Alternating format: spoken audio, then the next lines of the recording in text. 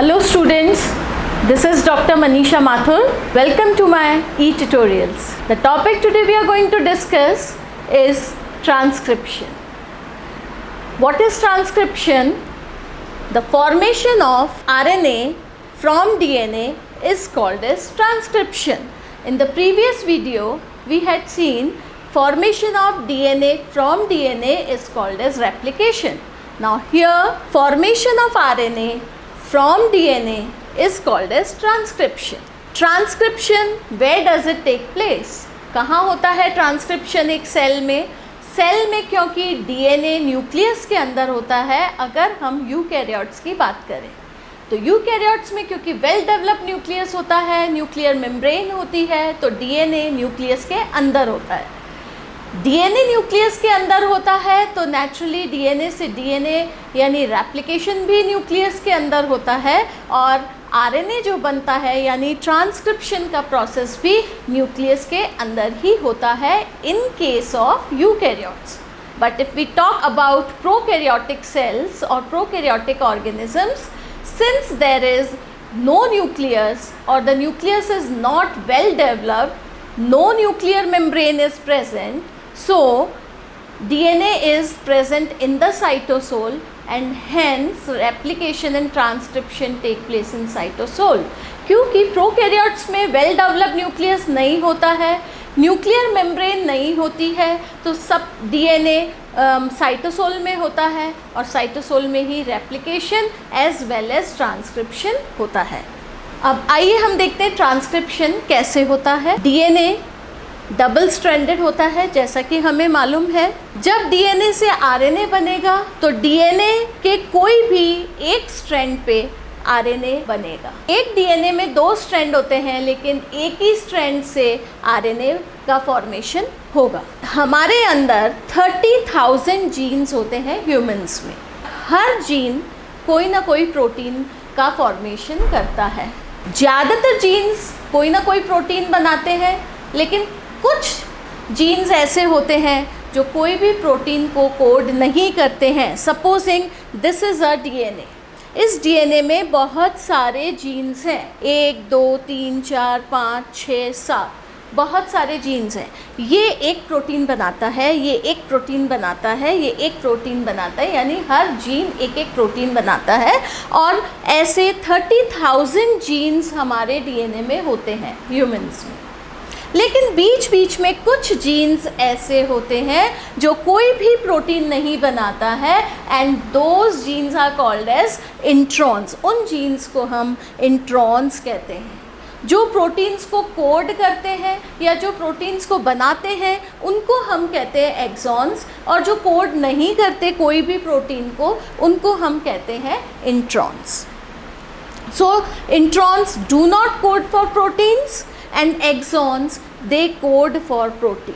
जब भी न्यूक्लियस के अंदर DNA से RNA बन के निकलता है तो हम उसको मैच्योर RNA या मैसेंजर RNA नहीं बोल सकते क्योंकि वो एक इमैच्योर या प्री मैसेंजर RNA मॉलिक्यूल बनता है जिसके अंदर इंट्रॉन्स एंड एक्सॉन्स दोनों प्रेजेंट होते हैं, यानी कि coding and non coding genes दोनों प्रेजेंट होते हैं. और ऐसे RNA को प्री मैसेंजर RNA या फिर हेट्रोन RNA कहते हैं. अब जब हम आगे डिटेल में पढ़ेंगे तो हम देखेंगे कि इंट्रॉन्स को रिमूव कर दिया जाता है और केवल एक्सॉन्स आपस में जुड़कर और एक मैच्योर मैसेंजर RNA का फॉर्मेशन कर लेते हैं.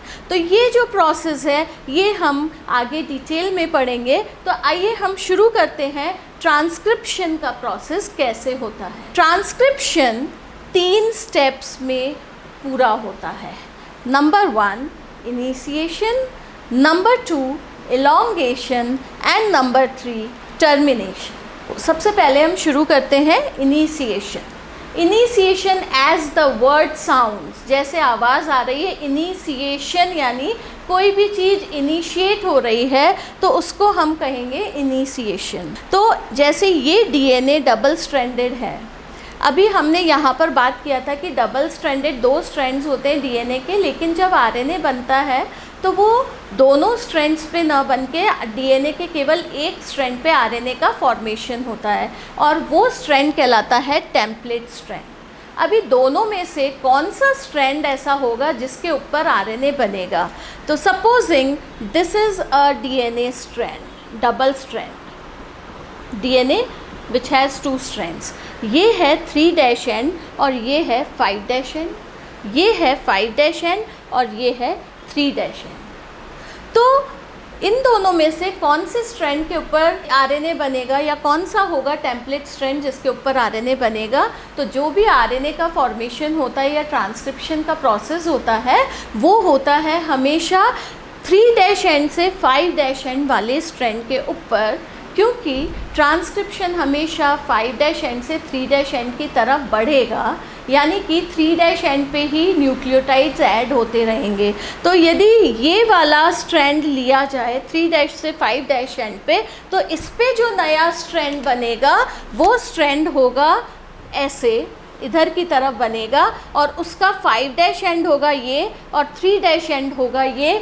3' एंड की तरफ ऐड होंगे न्यूक्लियोटाइड्स, तो 5' से 3' के डायरेक्शन में नया स्ट्रैंड बनेगा। तो नेचुरली हमें 3' एंड से 5' एंड वाला स्ट्रैंड जो होगा वो ही टेम्पलेट स्ट्रैंड होगा, तब जाके उसके ऊपर नया स्ट्रैंड 5' से 3' एंड की तरफ बनेगा। तो ये 3' से 5' एंड वाला जो या 5' एंड वाला जो डीएनए का स्ट्रैंड होगा that will be called as template strand and this template strand will form the new RNA molecule on it. Initiation, supposing ये एक डबल स्ट्रैंडेड डीएनए है, इसमें बहुत सारे जीन्स हैं। अभी ये वाले जीन पे आरएनए का फॉर्मेशन करना है या होना है, मतलब यहाँ पर ट्रांसक्रिप्शन शुरू करना है। तो क्या होता है, जो मोस्ट इम्पॉर्टेंट एंजाइम है जो आरएनए फॉर्मेशन में काम आता है वो है RNA polymerase enzyme. This is RNA polymerase enzyme. इस आरएनए पॉलीमरेज के अंदर 6 यूनिट्स होती हैं। 5 यूनिट्स एक साथ बाउंड होती हैं आपस में। जब पॉलीमरेज काम में नहीं आता है तो 5 यूनिट आपस में जुड़ी होती है और 6th यूनिट जो है वो सिग्मा फैक्टर अलग होता है। जो 5 यूनिट्स आपस में जुड़ी होती हैं वो होती हैं alpha, alpha dash, beta, beta dash and omega. ये 5 यूनिट्स हमेशा आपस में जुड़ी होती हैं और इसको कहते हैं कोर एंजाइम। एक 6th यूनिट अलग से होती है जिसको सिग्मा फैक्टर बोलते हैं। ये सिग्मा फैक्टर सेपरेटेड रहता है कोर एंजाइम से, लेकिन जब शुरू करना होता है ट्रांसक्रिप्शन तो सिग्मा फैक्टर कोर एंजाइम के साथ जुड़ता है और पूरा आरएनए पॉलीमरेज बनकर प्रमोटर साइट ऑफ डीएनए पे एक प्रमोटर साइट होता है, वहाँ पे आकर अटैच हो जाता है। ये डीएनए है, ये डीएनए का प्रमोटर साइट है और जस्ट इसके बाद में यहाँ पर ये वो जीन है या डीएनए का सेगमेंट है जहाँ पर ट्रांसक्रिप्शन शुरू करना है। Sigma factor joins with core enzyme या and forms RNA polymerase. Sigma factor joins with core enzyme and the RNA polymerase enzyme is formed. Now, when sigma factor joins with core enzyme, RNA polymerase is formed and this RNA polymerase it comes and attaches on the promoter site. ये promoter site पे जैसे ही sigma factor core enzyme से जुड़ेगा, RNA polymerase enzyme complete हो जाएगा, वो promoter site पे आके attach हो जाएगा। Now what is the function of RNA polymerase? क्या काम है RNA polymerase का? क्यों वो प्रमोटर साइट पे आके अटैच होता है? क्यों वो डायरेक्ट जीन पर नहीं अटैच होता है? वो प्रमोटर साइट पे आके इसलिए अटैच होता है क्योंकि जब RNA polymerase आकर प्रमोटर पे अटैच होता है तो प्रमोटर गाइड करता है RNA polymerase को कि कहाँ पर जाकर उसको अटैच होना है और कहाँ से ट्रांसक्रिप्शन को शुरू कराना है। RNA polymerase starts breaking the bonds जब वो वहाँ जीन पर पहुँच गया प्रमोटर की गाइडेंस से, तो उस जीन पर जाकर यानी डीएनए पर के उस सेगमेंट पे जाकर वो बॉन्ड्स को ब्रेक कर देगा, ताकि उस जगह पर डीएनए के दोनों स्ट्रैंड सेपरेट हो जाएंगे। And the strand used for the process of transcription is called as template strand. Template strand जो है उसके ऊपर एक नया आरएनए का मॉलिक्यूल बनता रहेगा, and this is why we call as initiation. आइए अब हम देखते हैं इलॉन्गेशन कैसे होता है। अब इलॉन्गेशन हम देखते हैं, इलॉन्गेशन कैसे होता है। ये डबल स्ट्रैंडेड डीएनए है, ये इसका 3' से 5' एंड वाला स्ट्रैंड है, और ये इसका 5' से 3' वाला एंड है। 3' से 5' वाला एंड, जैसे कि अभी हमने इनिशिएशन में डिस्कस किया था कि दोनों स्ट्रैंड में से एक ही स्ट्रैंड जो है वो आरएनए का फॉर्मेशन करता है, जिसको हम टेम्पलेट स्ट्रैंड बोलते हैं। तो यहाँ पर 3' से 5' वाला जो डीएनए का स्ट्रैंड है उसी के ऊपर आरएनए बनेगा, क्योंकि जो नया आरएनए बनेगा वो 5 से 3' एंड की डायरेक्शन में बनेगा इसके ऊपर। अब यहाँ पर डीएनए के अंदर जो स्ट्रैंड में बेसिस हैं, वहाँ पर जो बेसिस हैं उसका कॉम्प्लीमेंट्री बेस जो है वो अटैच होता जाएगा, और आगे से आगे कॉम्प्लीमेंट्री बेसिस 3' एंड की तरफ अटैच होते जाएंगे, और आरएनए जो है वो लंबा होता जाएगा। जैसे अगर डीएनए में एडेनिन है, तो डीएनए में एडेनिन अगर एक स्ट्रैंड पे होता है तो उसके दूसरे स्ट्रैंड पे उसका कॉम्प्लीमेंट्री बेस थायमीन होता है। लेकिन यहाँ पर क्योंकि आरएनए में थायमीन नहीं होता है, इंस्टेड ऑफ थायमीन वहाँ पर यूरेसिल होता है, तो यहाँ पर एडेनिन जहाँ भी होगा डीएनए के ऊपर तो आरएनए में वहाँ यूरेसिल जुड़ जाएगा। जहाँ ग्वानिन होगा वहाँ साइटोसिन, थायमीन के सामने एडेनिन, साइटोसिन के सामने ग्वानिन, साइटोसिन के सामने ग्वानिन, ग्वानिन के सामने साइटोसिन, एडेनिन के सामने थायमीन आना चाहिए था, लेकिन आरएनए में उसकी जगह यूरेसिल ऐड होगा। इस तरह से कॉम्प्लीमेंट्री बेसिस ऐड होते जाते हैं और आरएनए जो है वो इलोंगेट होता जाता है।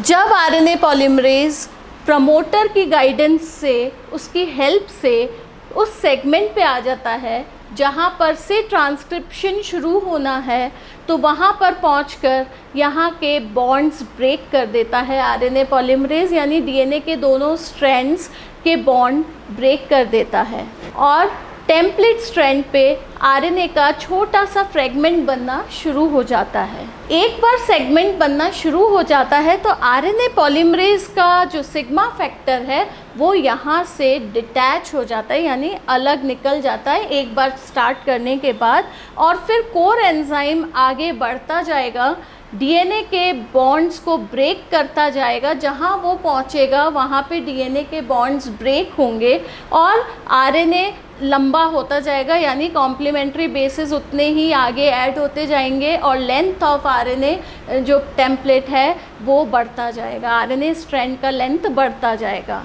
ये इस डीएनए मॉलिक्यूल के ऊपर कोर एंजाइम आगे मूव करता जाएगा, और जितना आगे चलता जाएगा उतना आरएनए का स्ट्रैंड बड़ा होता जाएगा। आप देखिए यहाँ पर इतना सा बना, अभी यहाँ तक पहुँचा, ये इतना आगे इलोंगेट हो गया। इस तरह से डीएनए के ऊपर RNA polymerase it keeps on moving. कब तक मूव करता है? जब तक टर्मिनेशन कोडॉन्स या टर्मिनेटर रीजन नहीं आता है। लेंथ ऑफ आरएनए बढ़ता रहता है या इलोंगेट होता रहता है, और इसीलिए हम इसको इलोंगेशन फेज़ कहते हैं। जब आरएनए पॉलीमरेज आगे बढ़ जाएगा तो पीछे से वापस डीएनए के दोनों स्ट्रैंड्स आपस में बॉन्ड बना लेंगे। Broken bonds are sealed again, और आगे जहाँ जहाँ आरएनए पॉलीमरेज पहुँचेगा वहाँ पे बॉन्ड्स टूटते जाएंगे। टेम्पलेट स्ट्रैंड पर आगे और न्यूक्लियोटाइड ऐड होते जाएंगे और आरएनए इलोंगेट होता रहेगा। This is elongation phase. Now let us see how termination takes place. Termination के अंदर ये डीएनए स्ट्रैंड है, टेम्पलेट स्ट्रैंड, ये प्रमोटर रीजन है। प्रमोटर रीजन ये वो रीजन है जहाँ से ट्रांसक्रिप्शन शुरू करना था, और आरएनए पॉलीमरेज प्रमोटर से अटैच हुआ, इस रीजन पे आया और यहाँ से वो बॉन्ड्स ब्रेक करते हुए आरएनए पॉलीमरेज आगे मूव करता जा रहा है।